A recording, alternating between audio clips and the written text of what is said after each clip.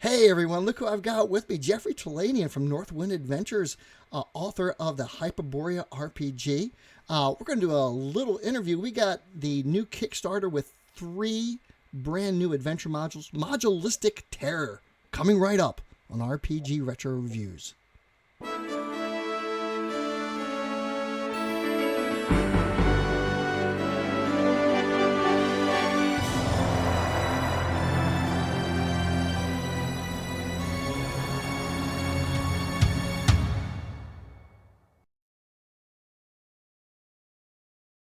Hello, everyone. I'm Captain Courageous, and I review old school modules and games and try to give them a fun and informative analysis. This week, I'm doing a little something different. I'm doing an interview with game designer Jeffery Talanian, and we're going to talk about his new Kickstarter and called Modulistic Terror. Hey, Jeff, welcome to the game. Welcome to the channel. Glad to have you. Thanks for having me. So let's just talk about. We got three brand new adventure modules. Let's just kind of what are they? That one of the big things about the Hyperborea role-playing game is that it is mostly, well, as I see it, as the main architect of it, it is mostly a setting that is supported by adventures because I feel like rule sets are a dime a dozen. So what we have here is each adventure is always an expansion of the setting itself. So in our past adventures, we've been all over the world map of Hyperborea, and for these three new adventures, yes, that is one of the favorites right there. Yeah. Yes, the Anthropophagi of Zambala. That is a favorite because it's a great little setting and adventure together, and it Yeah, could it's huge. It's a survive huge many expansion. weeks. Yeah. So these three new adventures do the same thing. They take the action to different parts of Hyperborea. It's filled with mystery and intrigue and horror and all those great things and some very interesting NPCs. That's awesome. And one of the things that I love, and I don't just have this one here. I have my entire collection sitting here. I've got every single module you guys ever published. Oh, And thank you. the reason that I have it is not because I'm a big fanboy, because I am not. I love Hyperborea, but I'm nobody's fanboy. I love great supplements. I love great adventures, and every single one of those modules is both of those things. The adventures always encompass some aspect of the setting, incorporates the cool parts of Hyperborea into the adventure, and then provide a really expansive backdrop that you're going to be able to use long after the adventure is over. And to me, that is what makes all your modules so great, and why I got to have them. Yeah, that's right. So that's one of the things that we're trying to do. But one of the other things that we also try to do on the flip side of that is the setting itself. When you look at it, there are basically unlabeled blank places on the map. And what these allow you to do is to incorporate your own stuff into it, or maybe you use some other adventure from some other game system.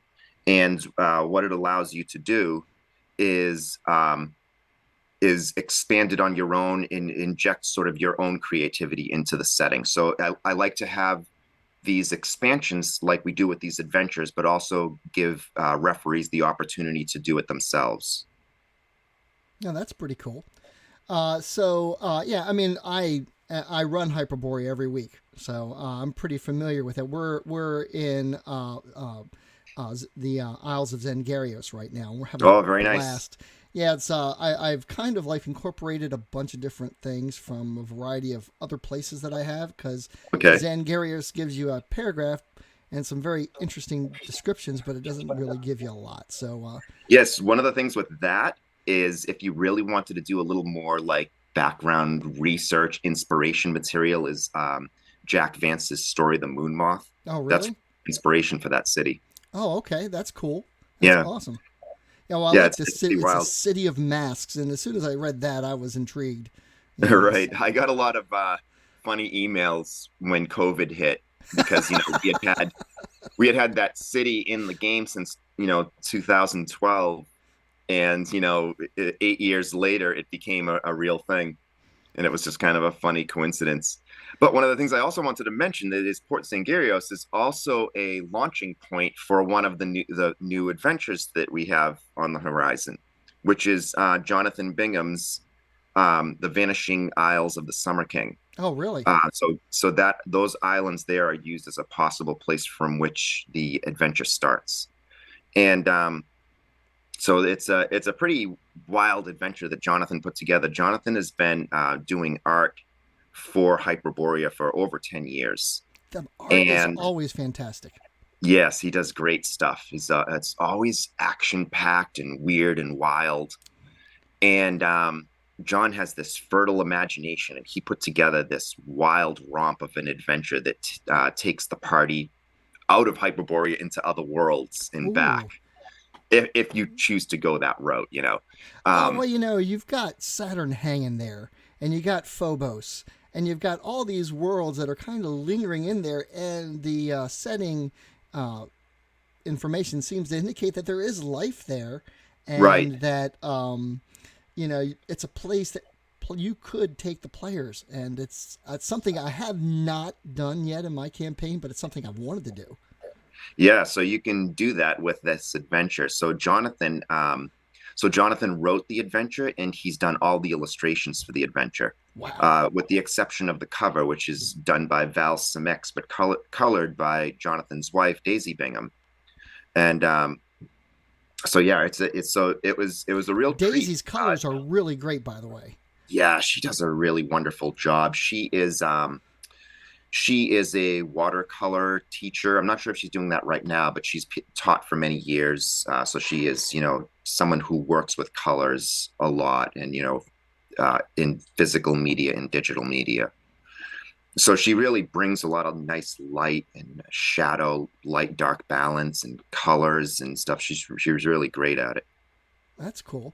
Let's the other one that I talking about was okay. So that was the Isles of was it the Vanishing Isles of the Summer King we just talked about, right? Correct. So then we Yes. got the Oblation Slab of the Heptomancer. Is that correct? Yes, the Oblation Slab of the Hepatomancer. That one Hepatomancer. is Okay. by my dear friend Joe Mack, and it is a little bit of a higher level adventure. And if you look at the cover for it, it is the concept behind it, which is what Joe wanted for a cover, and which Del Tigler obliged him with, is sort of an Yeah, Dell's art homage is to also Frank. awesome. Oh yeah, so it's an homage to Frank Frazetta, Oh right. in Okay. which the I could uh, the see that. woman is on the slab about to be sacrificed, and she's being saved by the warrior. In this case, we have an Amazon that's saving her. I saw that. Yeah, that's so cool. Yeah. So this is a higher level adventure. Well, higher level for Hyperborea, that is, and and it is a classic necromancer type adventure, but it's got a great setting area, because it sort of takes place at where the area of New Vinland meets the Gal Hills. So in the setting, the Gal Hills are primarily populated by Celts, and New Vinland is a region that is currently controlled by Vikings, but it's a land that has gone back and forth between those cultures in various wars over the years. And currently, the Vikings are in control of that archipelago. And so this adventure sort of takes place right at where New Vinland and the Gal Hills meet, and it's sort of a contested area. And there's some political strife that's sort of injected into this adventure because of the long-standing friendship slash conflict between those cultures. And so this necromancer's lair is set between those, and he has this crew of Viking berserkers that work for him. And I don't want to give away too much, though. I don't want to give away too many spoilers. And it's really a fun adventure, and it's got some really wild stuff in there. I thought there might have been another character class being introduced because I have no idea what a hepatomancer is. So hepatomancy is this sort of crazy type of older witchcraft practice in which the blood and entrails of like an animal, or even in some cases a human sacrifice, would be Ooh. drawn out of the victim or the sacrificial beast, and then the way those entrails were splayed out would be read as some type of omen or prediction of the future, right? Okay. So this necromancer is a practitioner of hepatomancy. Okay. All right. That's awesome. Necromancer's always evil. I love it. Right, right. And then the other Unless one. they're with the player character party, right? And they're bringing along, and then you have a necromancer in the party, and they want to bring along their little train of skeletons with them and stuff like Oh that. well, I have a necromancer. My daughter plays a necromancer. She plays an Oh, old. really? She plays an old man That's in my funny. campaign. And recently, one of my player characters died, and she raised him as a zombie. Classic. And they were escaping this island because basically it was a playoff of Innsmouth, right? So they're being Okay. chased by the townspeople, Hmm. and so they grab a boat and they row out into open sea, right? And of course, Okay. who's doing the rowing but the zombie? A tireless rower, right? You Yeah, know, he won't ever complain. he won't complain. He just keeps on rowing. That is great. So what did the player think of that when she did that to his guy? Well, he kind of he was kind of expecting that, and he was amused. He knew that was going to happen. He was like, "You've got." Right. She actually almost didn't want to do it, but he's like, "Come on, you got to do it." Right? So, You know, in the spirit of camaraderie, she was bringing the party back together, right? it was funny. It was very funny. And then of course they're rowing through open sea, and I had them beset upon by pirates. So Very nice. that led into another adventure, of course. Yes, yes. It's always a good segue. As soon as they take a boat somewhere, and you know that it's always an opportunity for stuff to happen, right? I love. Well, they've actually gone into open sea. They've because we started with the Late Trapper's Lament. We've already been to Ragnarheim, and they've kind of been friends with Ragnar, Okay. and so I've had them kind of revisit. And of course, I'm kind of they don't know it, and I hope they don't see this video. But you know, I'm going for what's it? Which one is it? Seawolf's daughter. The Seawolf's daughter is coming, Yes. right? So I'm Right. kind of planting the seeds for them to take that adventure. Yeah, Uh, there's a lot of links between those two adventures, as you no doubt have figured out. yes, I did. I saw that. I said, these things go together, but obviously the first Sure. level versus it's much higher level for us, the Seawolf's daughter. So Yeah. that's kind of why I went that direction. Yeah, and that's really one of the things we try to do with the adventure modules, where they do work on a modular basis. You can play a single adventure by itself, and you're not required to play some other adventure after, or they're not what do you call it, adventure paths, I right? love that. I love that about that. They're But all there are little Easter eggs in there that have these little connections if you read through enough of them, you know. right, but you don't have Um, to. But the Seawolf's daughter is also a great adventure. yeah, yeah, yeah. That's a fun one. And I really love the history you get on Ragnar and all that, which is nice to know that history if you're playing the Late Trapper's Lament, right? To know, you know, what happened to Brunhild's Yeah, mother. his daughter. Oh, and his wife. Yeah. What happened to her mother and all that kind of stuff. And you know, I loved the fact in that module. Wow, the accuracy of the Viking village was extremely well done. Yes, that's one of the cases in point that I was talking about a little earlier about the oblation slab of the hepatomancer being where it is, because that is located in one of the islands of New Vinland. So if you look at that village, it is largely has Viking Norse style buildings, right? But there are some other buildings in there that are from the previous Celtic community that lived there. So there are some Celtic style homes that are in there as well. They're sort of mixed in. One of my friends has got an educational background in European studies, and she's big into the Vikings. and like the Okay. runes and the meaning. Like she actually did a dugout in her backyard so she could make legitimate mead. You know, Oh, nice. she's Yeah, that's great. she's radical. I love it. So I brought that module over to help me out with the pronunciations, right? Oh, very nice. Like the R's are silent, which because I was going to go Brunhilder and it's Brunhild, right? Yes. That kind of stuff, right? So she helped me out with that, and I think I managed to pull it off a little bit because my pronunciations aren't always great. Yeah, I'm sure I butchered them too. So now, what's the final module we got here is it the Thousand Eyes of Thaumagoragoa, and that one is one that I was really looking forward to because it looks like we're going to get an introduction of orcs into Hyperborea.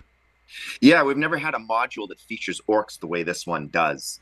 And because it takes place at the Scarab coast, which is an area where the city of Orcust is, which is the city of the orcs, and so it is a region that is controlled by the orcs that live there, and they are completely hostile to mankind.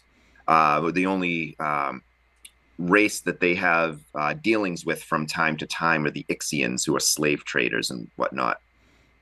So this particular module was written by a man named Ben Ball, and Ben has been working with Hyperborea stuff for a really long time. He wrote the adventure called Beneath the Comet, which has been really popular. No, that's I'm a sure great you have it adventure. there in Yeah. your pile. Yeah, and yeah, and he has a couple of Easter eggs that reference that adventure as well. I'm actually running it right now for my home group. I've run parts of it before at various conventions. Actually, all three of these new adventures I have run at a number of gaming conventions. Um, some in part, some in whole. Uh, Joe Mack's Oblation Slab of the Hepatomancer is a little bit of a shorter one, so I'm able to run that in a sort of shorter form and almost pretty much get through the whole thing. But um, the Vanishing Isles of the Summer King and the Thousand Eyes of Thaumagoragoa are both longer form adventures. So for a convention, it requires you to pick a part that you want to run for it.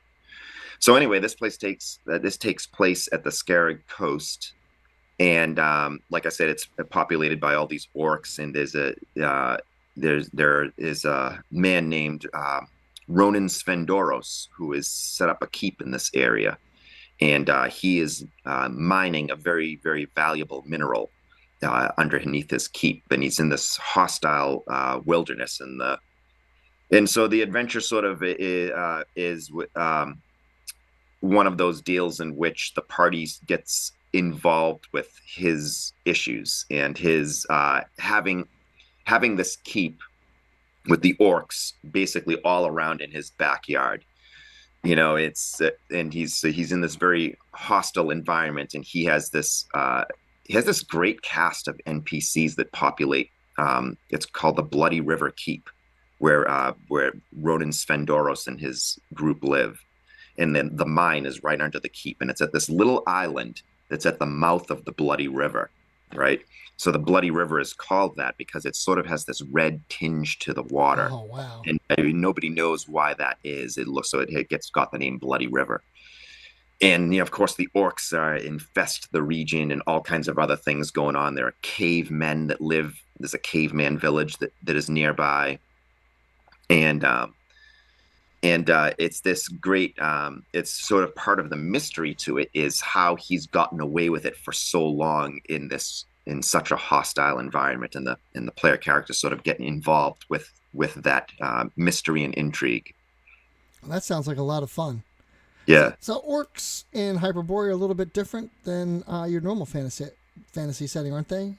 Yeah. So what I kind of did is I looked at the original sources of orc mythology, not just how Tolkien developed orcs for Lord of the Rings, but probably looking at some of the same source material, and then sort of injecting our own sort of ideas into it. So orcs are the byproduct of half-blood Picts and demons consorting with one another. Right, So, that's crazy. so the half-blood Picts are called such because they were originally Picts that came and fought with Tlingit tribesmen across the strait, and the Picts actually defeated the Tlingit and began to adopt Tlingit wives as their own wives, and it sort of created this mixed race in which the parent race of the Picts sort of shunned them after a while and saw them as not being true Picts anymore. So that is why they have that sort of derogatory name. They're referred to as half-bloods by the true-blooded Picts. So anyway, these various half-blood tribes live in this forested region. And at one point in history... sorry, Jay, I'm going to edit that out. I've got a cough here for a second. That's okay. Yeah. Edit. Where are we at here? Okay. So at one point in history, the half-blood Picts, or at least a group of them, started consorting with demons. And when they did so, it spawned the race of the orc. And so that's how we have orcs in this game. Gosh darn it. So it's a little different than your standard humanoid origin of orcs. It's a little different, and I've gotten some flack about it. Well, I think that a lot of games get flack for orcs these days. Right, sure. I don't have an issue. I mean, it makes a lot more sense. I like it better than, obviously, Hyperborea doesn't have elves. Right. So that's, and I think it's better just to have orcs originate based on the setting if you're going to have them at all. Right. And consorting with demons explains a lot about their savagery and why right. why they are the way they are. Right. So that's an outstanding. It's great for storytelling. Right. So that's awesome, and I'm really looking forward to all three of these. And I was looking at your Kickstarter, and the good news is you've already exceeded your goal, and we're into stretch goals now. Yeah, we're heading into stretch goals now. I forget how many hours in. I think it was about 6 hours into the campaign. Wow, that's great. So we're gonna do. And how much longer we got? Oh, it's got like 3 weeks. Oh wow, that's great. So it'll, all these Kickstarters, they're all the same. You have that initial activity, then you head into the doldrums of it, and then there's activity at the end. Oh, right, okay. It's kind of how they work for the most part, This is your 11th Kickstarter. Yeah. So it's exciting. It's hard to believe that it's been this many years. It was in 2011, 2012 or so that we launched the first one, and for the original box set of the game. And it's been a wild ride since then. I would have never expected that it would have generated this much interest with fellow gamers. Well, it's just, I mean, you can do a lot of things with fantasy settings, but it's not only that. I mean, I think what you've done is you've infused, your campaign world is extremely unique. You've got this hexagonal, large, planar world. It's based on Clark Ashton Smith and H.P. Lovecraft and Robert E. Howard. I mean, all the pulp fantasy roots. I mean, you can definitely see the Gygaxian influences in the game setting, but you've infused it with so much imagination, not just your own, but you've allowed your creators to influence it as well. Not just with the storytelling, but the artwork is just engrossing. I love it. Yeah, the artwork tells a lot of the story, right? And what you also get with the artwork is these different creators and their interpretation of the setting, and they all bring something different to the table, and it's all unique, and it's all great. And so, and the same goes for the different writers who have written modules for this setting. They all bring their own vision to it, and sort of it's sort of like a tongue and groove blending of styles as they expand on what is already there. Plus, there's a lot of open space as well to add in and infuse your own unique parts of the setting as well. Of course, yes. I've done a review, guys. I'm going to put it right up here in the extension here. I'll link to my previous review on that in the 3rd edition, because we are on the 3rd printing of the books, which I happen to have here. These things look amazing. These are great. Thank you. So if you guys haven't got these or haven't got the Hyperborea setting, you should really check it out. It's just a phenomenal setting. It's as good. It's old school, but it's also new. Like the spells are crazy. The spells are crazy. I love them. My daughter plays the Necromancer, and the one I forget the name of it, but it's the one that takes the bones and turns them into jelly. Oh yes, gelatinize, gelatinized bones. Gelatinized bones. That Yeah, spell. yeah. I didn't even know that spell existed until she pulled it out and she had taken her spells and all that kind of stuff. But then she pulled it out and cast it, and I hadn't really read the spell in full at that point. Right. And I said, "It does what?" Yeah, that's a pretty wild one. So was it successful? Oh yeah. It was horrific. They were carrying that poor, and it was an NPC they carrying around in a pail. That's awesome. Oh my God. It was. Yeah, because they don't die right away. No, they don't die right away. I forgot That's about the worst that, part about it. They feed them through live a in straw. agony without Right. bones. It's like a horror movie, really. It's a horror movie. It is. That's why I love Yeah. it, because I'm into that, the Lovecraftian aspects of the setting too. I love Right. H.P. Lovecraft, and the crazy world, existential horror. Not Yeah. it's just that's excellent. And there's a lot of cults and things like that that are into these otherworldly beasts and stuff like that. So. And that was the cult that they just went against. They were, was it Mother Hydra and Father Dagon or thing? Yes. So that was the cult. Right. And they were the Esoteric Order of the Lake, right? Yeah. Okay. Yeah. It was mine. I made this one up, right? Very nice. But I was based on stuff. But so Yes. they were all, and what they didn't realize is that they had. Come across someone who was a deep one, who was disguising himself as a human, right? Okay. And he was the leader, and he had slowly infused this town into following him. But even more interesting, he was trying for a seat on the council at Port Zangarios. Very nice. A seat that actually came open because in a previous adventure they had killed one of the council members. Stuff happens.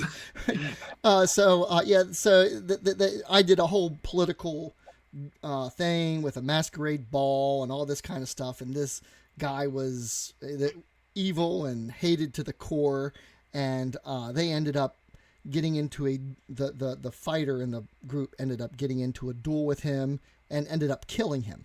Right?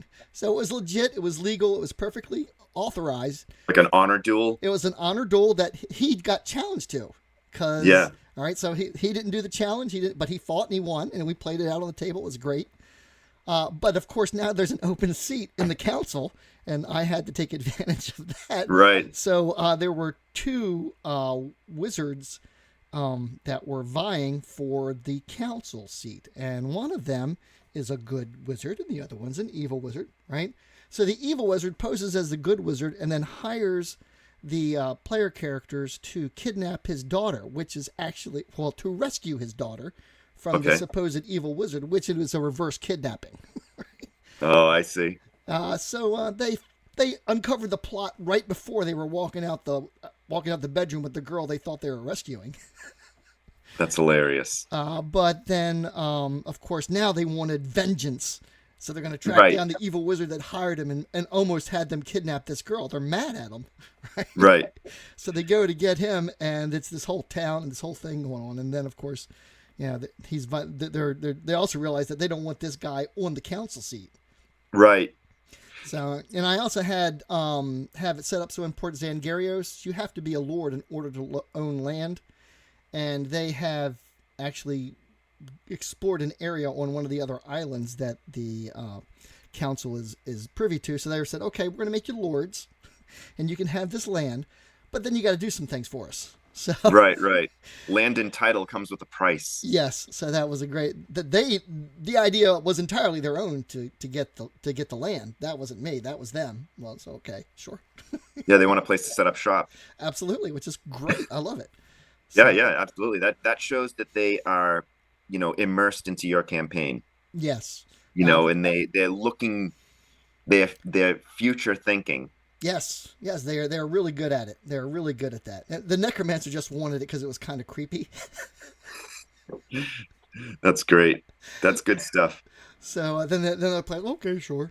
Do you ever have one of those sessions where all those kinds of machinations go on, and it seems, it's intense throughout the whole night, and there's all this back and forth, and then you realize that there was never actually even a combat in the session, that you just had all these other things that happened. Yes, You yes, didn't feel like that there was no combat. right, absolutely. It's just like, okay, guys, and if you're lucky, you can end it on a cliffhanger, right? Somebody Right. enters into a scene or what have you. Yeah. But yeah, my group is pretty good for that kind of stuff, and so we have a lot of fun, and they love the Hyperborea setting, you No, know. that's great. That's so nice to hear. So everybody is just amazed by all the various stuff, and of course I get the opportunity to pull out so many different things from all the other sources that I have. So it's so flexible. So Right, right. Yeah, you can always do that. It's such a cool thing to do, because, it has those elements of, like you mentioned, Clark Ashton Smith and H.P. Lovecraft and Robert E. Howard, but it also has a lot of those Gygaxian type elements too, in which, you can pull out maybe an old AD&D module and sort of work it in there somewhere, or a Judges Guild one. absolutely, Um, yep, Years absolutely. ago, I ran Caverns of Thracia in there from Judges Guilds, Totally and it fits. was So, great. what are some of the things that you have done with Lovecraft and stuff to infuse that into your campaigns? Give me a fun campaign moment. Oh, well, so there are, of course, the published things that we have with the Mystery at Port Grayley, which is very much influenced by Innsmouth. Right, I love that map. And That's one of my favorite adventures. thank you.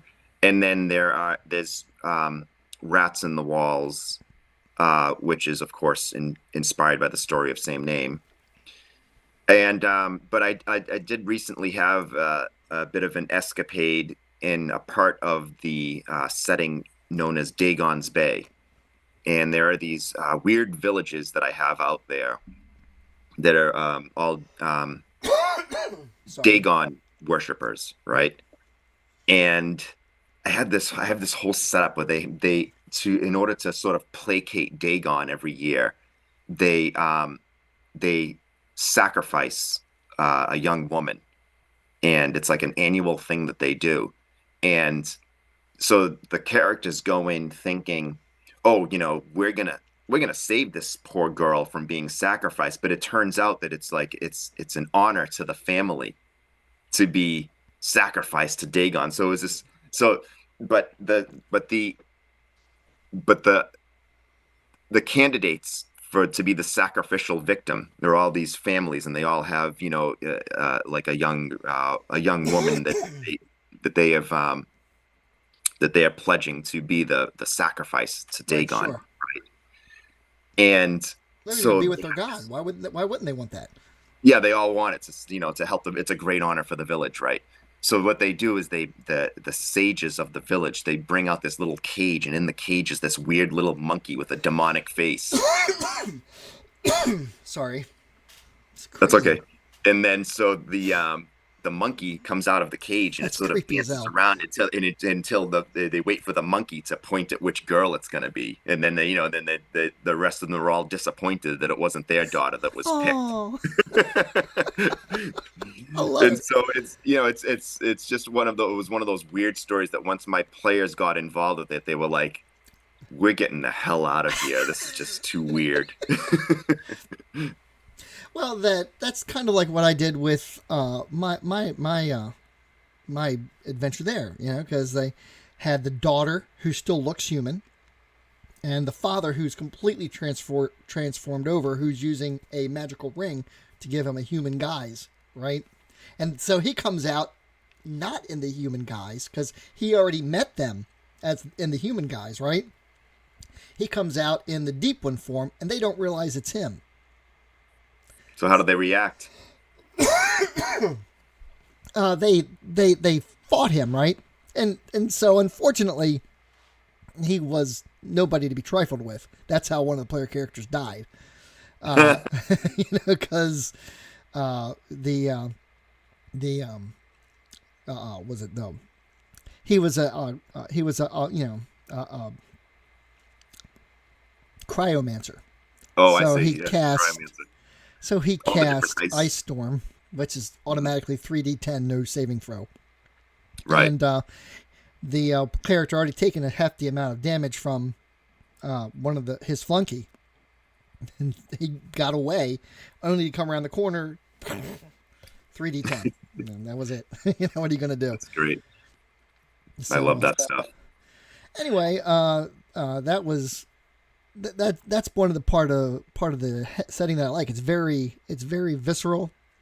It's very pulpy. Yeah. It's gritty, and I like that. But I'm not really into grim dark, right? Right. I'm not really into a grim dark setting. I don't want it so dark it's depressing, right?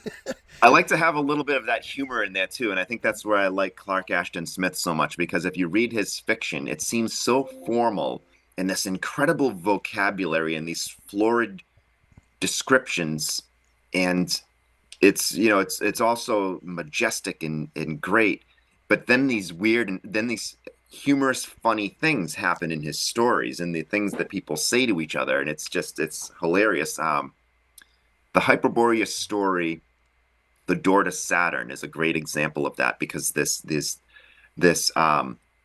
wizard who's being he's being put under arrest, right?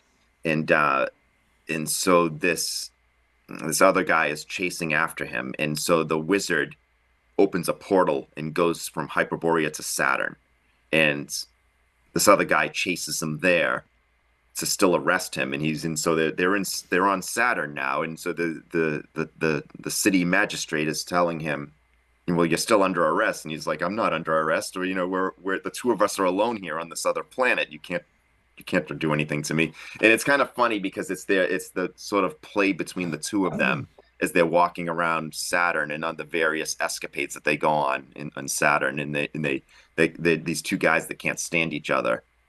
Man, now I want to send my characters to Saturn. I've done that in my own campaign. What's there?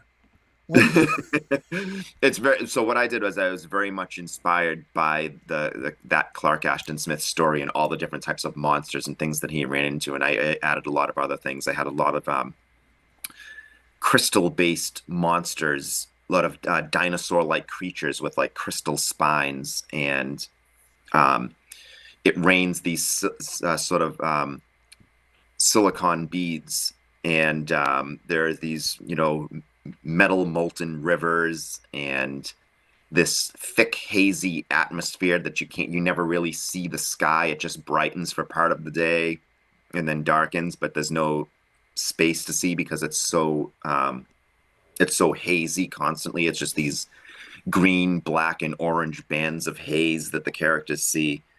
And so yeah, I mean, I have like a whole notebook on Saturn. That's who knows cool. if I'll ever do anything with it. That's cool. Hey, Jeff, I want to thank you so much for coming on to the channel and doing this interview. It's always a lot of fun having you. Yeah, thank you for having me. I appreciate it. And so, anyway, guys, check out the link for the Kickstarter right over there and down there in the doobly-doo. And check out, it's going to be a lot of fun. There's going to be some fun models. Hey, and also, even if you don't get into the Hyperborea setting, the modules are always fun adventures that you can incorporate into your own setting because they're old school. And so you can really incorporate them into anything. They're that flexible. So check those out. And as always, my friends, may your D20s roll true and game on.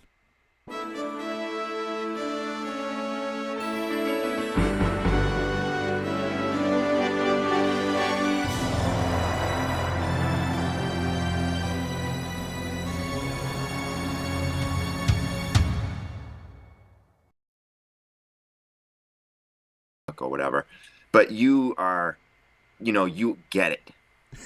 So that's why it's fun to talk to you. Well, I feel like you get me, which is why I'm so into it, right? 'Cause it was like when the first time I read Hyperborea, I'm like, this guy just took everything that I ever thought was cool and put it into a book that I want to buy. Right. It's just like, because obviously, I mean, well before Hyperborea, Lovecraft, I can pretty much go into any story that you want to tell. And Lovecraft, I know every single one of his stories. Clark Ashton Smith, I'm subversively familiar. I've got a book of all this stuff that I'm going through right now, and of course Conan, Red Nails and all that kind of stuff. Right. So I'm familiar that's one of the greatest ones right there. I'm familiar with Conan. So that's fun. I've ran Rats in the Walls 3 times now at no conventions. Way. Yeah. And oh my gosh, it was so hilarious. I got to tell you a story while we got the time. So sure. I went up there and I played a game with a game designer. And he's a really well-known game designer. I can't think of his name off the top of my head. Shit. But anyway, it was fun. He played him. He was one of the writers of Primeval Fool. Right? Okay. So I signed up for that immediately because I've never. It was running 5th edition. I've got Primeval Fool, of course. Yeah. But I've never played 5th edition Primeval Fool, and I was like all into it. Okay. So I. But it was its own game before it was a 5th edition adaptation. Yeah, it was right? its own thing, right? Yeah. But he was running it in the 5th edition style, and so I ended up playing this female barbarian, right from the North, and I was like, oh, I'm going to play a female barbarian.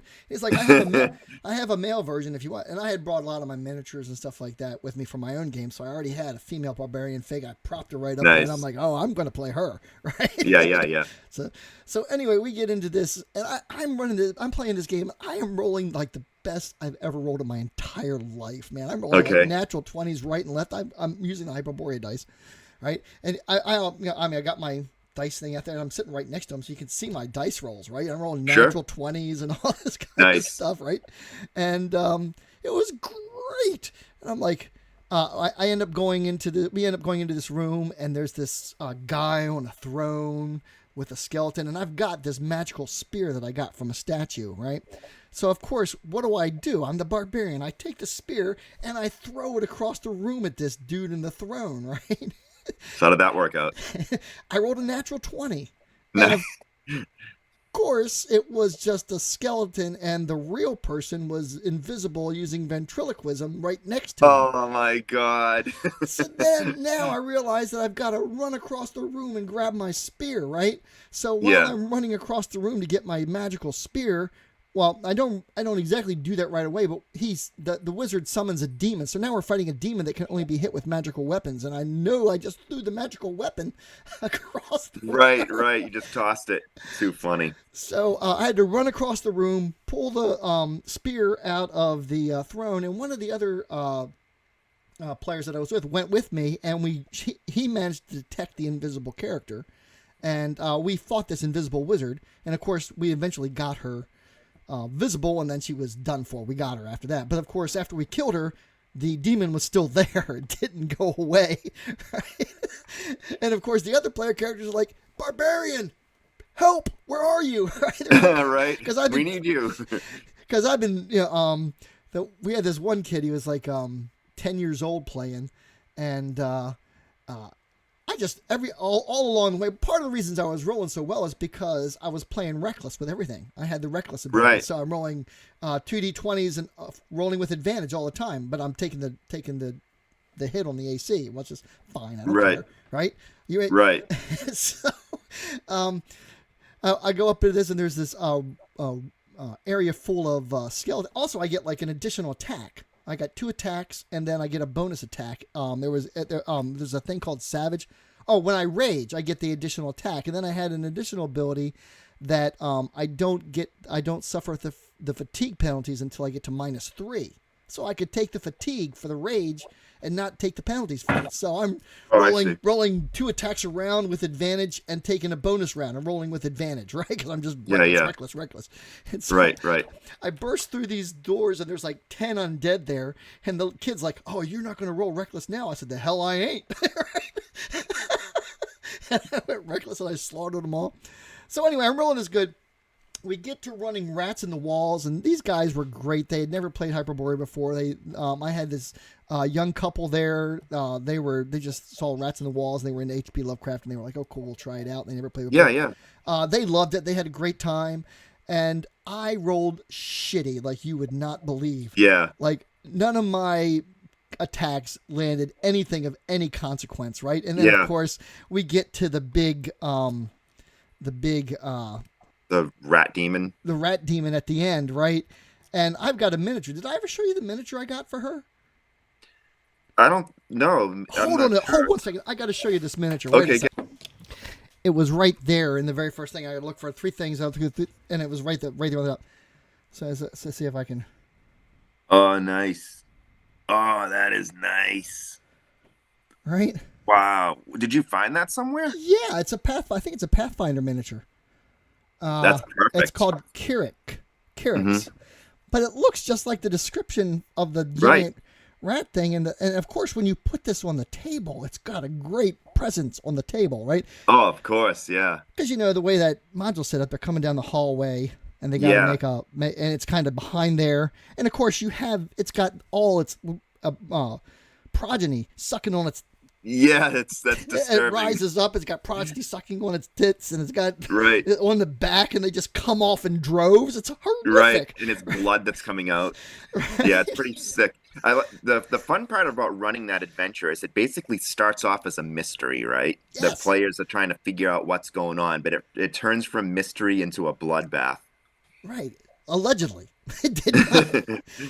I mean, they enjoyed the mystery aspect of it, and they enjoyed killing all the rats. Yeah. And did they engage with the girl behind the counter that yes. was hiding in the kitchen, Anesta? Anesta, yeah. So they go up into her room, and they explore up there and find the clues up there, and then they finally go down into the basement and find, and you. I also did like this. Oh.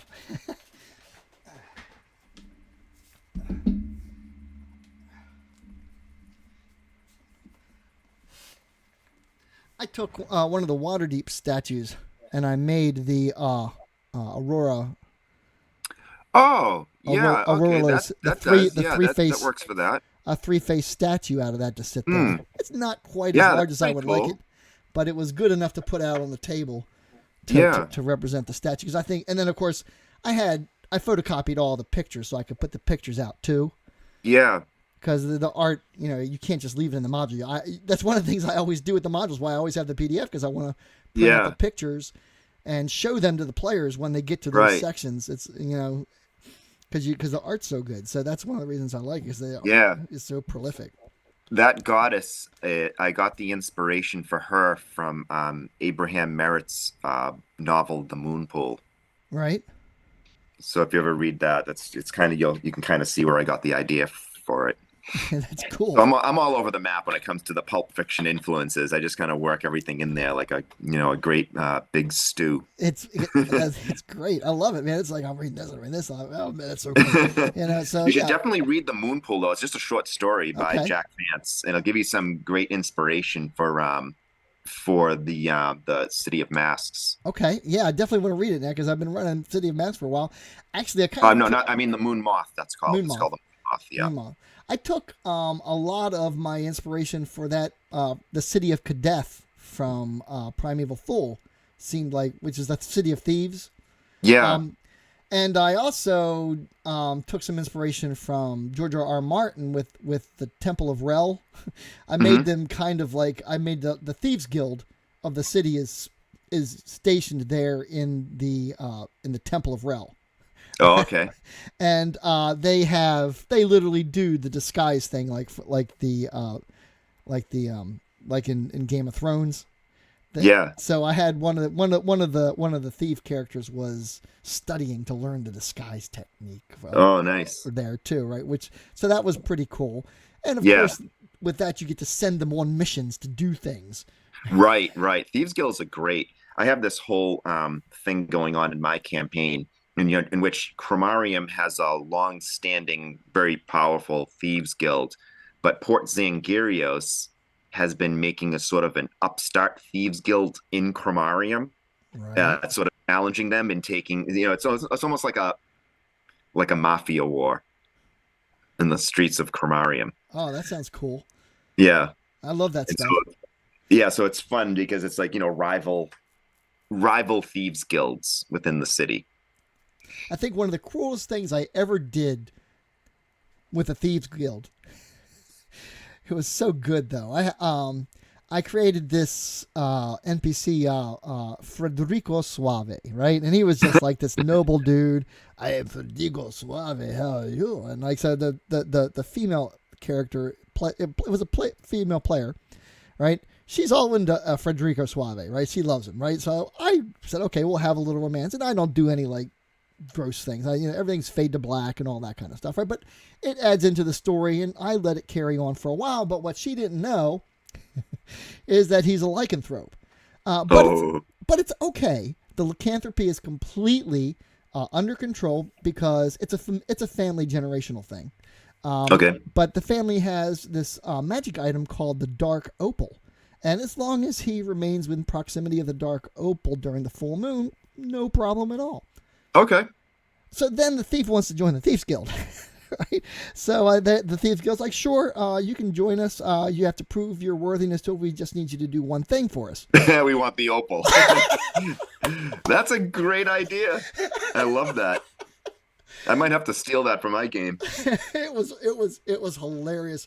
And of course, he doesn't have to like wear it or have it with him at all times. It's kind of obnoxious. It's a large size thing.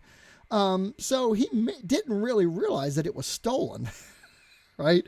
Up until the full moon happened. And like, wait a minute. It's like when Gollum lost the ring, right? And it's obviously he's like all of a sudden he's looking for it everywhere. Right. But guess who he's with when he did the transformation? His girlfriend. The elf. Right? So she's running half naked through the castle being chased by a werewolf, right? Oh my God. It was hilarious. But everybody had a great time. But that was talk about, I'm not an evil DM. I just play one every week. Right. Oh my God. That is too funny. So I love that stuff. I actually have to get ready for work myself. What time is it? Alrighty, yeah. Yes. That was great. I'm glad we were able to extend it and do some more stuff. Yeah, that was good. It kind of ended abruptly. I didn't realize that I could just restart it. Yeah, I think you just need to produce a new link, I guess. That's dumb. It's obnoxious. Well, cool. I'll remember that for future interviews. I don't have to like be so worried about it. Yeah, that way you can just say like, hey, at the 35-minute mark, we're gonna pause, and then I'll send you a new link. Yeah, cool. Awesome. Something like that. All right, Jeff. All right. Well, you have a good night, and it was a pleasure. And what are your future conventions coming up? I don't think I'm going to be anywhere until GaryCon next year. I think if I can make it, I don't. You should try to get down to. You would love North Texas. I just can't travel. I just don't have the resources to travel like some people do. Part of my issue is that I'm a DJ, so I've got 5 gigs a week. Right. I've got to be there, and then if I can't be there, I've got to find somebody to cover, and nobody's me. Right. And especially for the trivia, I do the trivia, and I do such a unique trivia game. It's fast paced. It's unique. It's one of those things where I'm a DM for 40 years, and I'm also a DJ. And then I didn't really plan on getting into the trivia thing, but then I saw that it was a thing that was getting popular, and I should probably do it. And so I designed my very own game. I've never been to up until that point. I've never been to a bar trivia game. I've never seen anybody else's bar trivia. I didn't know how to do it at all. I just said, okay, I know how games work. I want to make it like a game show and make it fast and quick, and then I'll do it. Right. Yeah. And I did it, and it was. I think it's awesome. It was immediately fast because each game round is 5 questions long, and one of the things that kind of put it over the top is that I do an answer sheet exchange at the end of every round. So I assign 2 teams, a sister team, and then they just switch answer sheets to grade the papers. Okay. So it's quick. So you get 5 questions, you grade the papers, you get the answers right away, you know what your points are. And then I went to an actual trivia game that these are my rivals. These are the guys that I'm competing with. And they run it like this. They ask a question, and then you write it on a slip of paper, and then you have a runner from the team that runs it up to the DJ, and then he goes over all the questions right away and assigns the points, which takes 10 minutes per question. Okay. 10 minutes. But I ask 61 questions in my 2 hours. right? I asked 61 questions in my 2 Yeah. hours. So you don't have to go through that whole rigmarole. And he asked half that many, less than half. Right. So your method is way more effective. So it's faster. You get more Yeah, questions. and it's probably more fun for the people playing. And then I have 3 rounds of regular where it's up to 75 points a round. And then I have a bonus round, which is like Final Jeopardy, where you get to wager your points accumulated so far.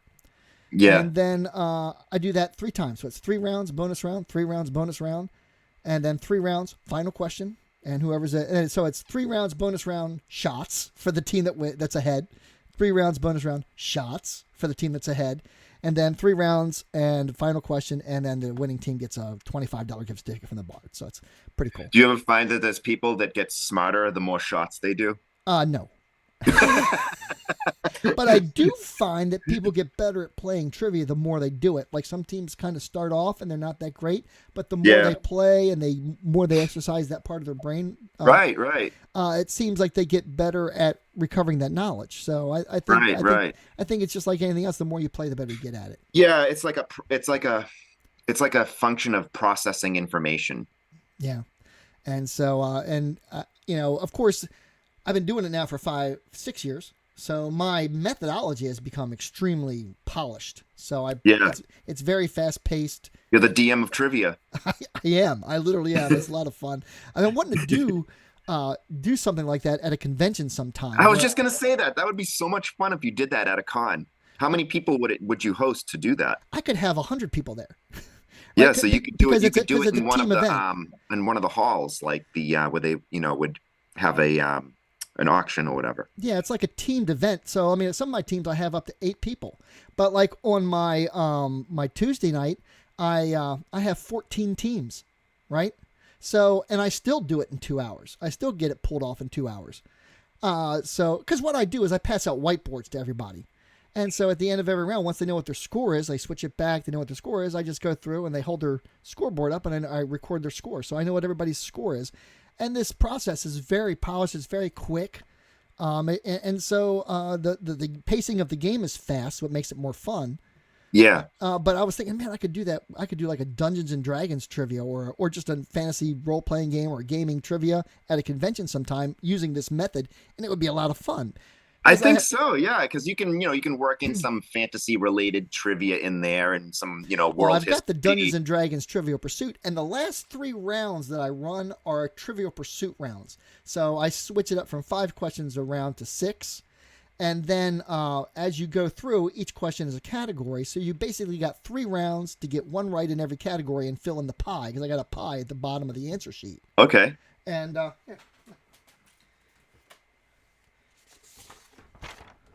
Here's my Trivial Pursuit answer sheet. Okay. You can see the pie, right? Yep. Yeah, it looks just like it. Yep. So that's basically the way it works. Is you just color in the pie, and if you get the pie filled in, you get 100 bonus points. So that's the other thing. The game keeps you in. So even if you lose all your points during one bonus round, you still got two more bonus rounds, and you also have your pie. And so I also do a name that tune where it's double points. Whereas if you name the song, you get the points. If you name the artist, you get double points. But got to name the song. If you don't name the song, you can't get the points, right? How many seconds of the song do you play? It depends on the song. I don't really. Yeah, before it gets that recognizable. Until the title. I find like a decent patch where I can play maybe 10, 15 seconds of it. And, right. I'm not trying to bust anybody with like a real quick 3-note thing. I'd play. Yeah, I mean, with some Beatles and Zeppelin songs, people will get it, and you can play literally 2 seconds of a song and they'll get it. Well, I mean, also I have a talent. I can figure out what song people have heard 1,000 times and have no clue who the artist and the name of the song is. Right? that is my talent, and I do that like with a lot of times with one-hit wonders, because I do categories. We're gonna do one-hit wonders of the '80s, right? Right. And like these are all songs I know everybody has heard, and they start bopping their heads. People know the song, but they won't know like Golden Earring. Right. Like who? What's the name of the artist that did? Do you know? Maniac. Who sang Maniac from Flashdance? Maniac. Jesus, I don't remember. Michael Cimbala. Right. Oh, of course. Yeah. There you go. So who knows that? Right. So, right. Nobody. Right. One-hit wonder. Right. It's a one-hit wonder. So those are the kinds of stuff that my DJ part comes out where I Right. pull out because I got DJ knowledge on songs. One of the fun things I'll be sitting there with a group of friends at the bar after a game, and we'll have the radio on, and every time some song comes up, they'll say, "What's the name of that song?" And I'll tell them the name of the song and who sings it. Right? they get so mad at me because I never I don't get it wrong. Right.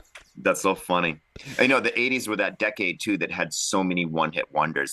There was the decade I think that had the most, really. It is good for that. It's great for it. So because you see all these songs, you know the song, but you don't remember the name of the artist or whatever because they were a one-hit wonder. But the song still gets played. Right, Electric Avenue. Who sang Electric Avenue? What was that guy's name? Electric Avenue, right? I don't remember. Eddie Grant. Eddie Grant. Okay, I didn't even know that. Even say it doesn't even ring a bell when you say it. Exactly. So that's now. But I know all the lyrics. I know the whole song. Conversely, I can put up the easy one. So it's the 5-point questions are easy. The 25-point questions are hard. Right. So you just kind of scale it out. So they're probably going to get maybe the first one or two. They'll get the artist and the song, and then this third one maybe they'll get the song. The fourth one and the fifth one, who knows what they're going to get, right? Right. So you get anything from I got 30 points to 150, right? So, right. Which can be a great way for a team that's behind to get back into the game. So yeah. So the game design keeps people in even when they're behind, so you're never out. Right. And you then should put all this together and turn it into a thing you sell. I would like to, yes. I've sold it to a couple DJs. I've got like 500 before games. You do anything. I've got like 500 games in folders that I've completed. And I've said, okay, here's how you play it. Here's how you run it. Here's 500 games. Give me 200. Right. That kind of thing. So it happens. Anyway, that's awesome. Let me get out of here. I got to go to work. I'm supposed to still be starting at a new bar tonight. Oh, okay. Well, good luck. Have a great night. All right, Jeff. Take care. Thank you so much.